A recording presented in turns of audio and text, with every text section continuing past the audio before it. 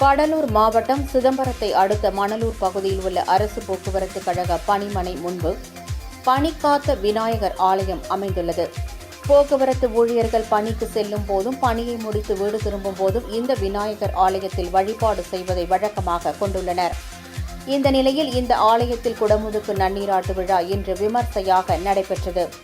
இதனை முன்னிட்டு வேள்விச்சாலையில் வைத்து பூஜிக்கப்பட்ட புனித நீர் அடங்கிய கலசங்கள் மேல தாளங்கள் முழங்க ஊர்வலமாக எடுத்துச் செல்லப்பட்டு விமான கலசத்திற்கு நன்னீராட்டு நடைபெற்றது. அதனைத் தொடர்ந்து அங்கு கூடியிருந்த திரளான பக்தர்கள் மீது நன்னீர் தெளிக்கப்பட்டது.